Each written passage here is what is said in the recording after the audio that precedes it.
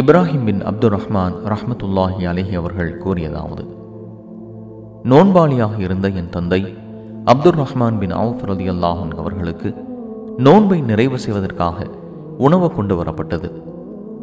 அப்போது அவர்கள் என்னை விட சிறந்தவரான முஸா பின் உமைர் ரலியல்லாஹு அன்ஹு அவர்கள் கொல்லப்பட்ட போது அவரது உடலுக்கு ஒரு சால்வையால் கபனிடப்பட்டது. அப்போது அவரின் தலை மறைக்கப்பட்டால் அவரின் கால்கள் வெளியில் தெரிந்தன, அவரின் கால்கள் மறைக்கப்பட்டால் தலை வெளியில் தெரிந்தது. மேலும் ஹம்சா ரலியல்லாஹு அன்ஹு அவர்களும் கொல்லப்பட்டார்கள். அவரும் என்னை விட சிறந்தவர்தான்.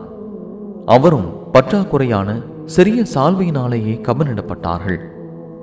பிறகு இந்த ஏழ்மை நிலை நம்மை விட்டு நீங்கி, இதோ நீங்கள் காண்கின்றீர்களே, இந்த அளவு நமக்கு இந்த உலகின் வசதி வாய்ப்புகள் வழங்கப்பட்டன, அல்லது இந்த உலக செல்வத்திலிருந்து இதோ நீங்கள் காண்கின்றீர்களே, இந்த அளவு நமக்கு தரப்பட்டது.